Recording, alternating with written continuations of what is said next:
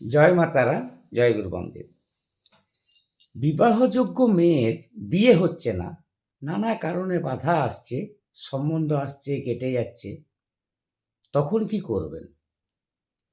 আপনার বাস্তুর অগ্নিকোণে অর্থাৎ পূর্ব দক্ষিণ কোণে একটা তুলসী গাছের চারা লাগিয়ে ওই অবিবাহিত মেয়েটিকে রোজ জল ঢেলে প্রদক্ষিণ করতে হবে।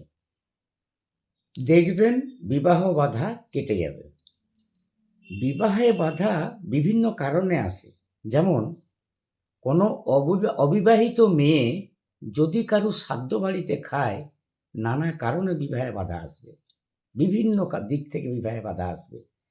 তাই অবিবাহিত মেয়েকে কখনোই শ্রাদ্ধ বাড়িতে খাওয়া উচিত নয়।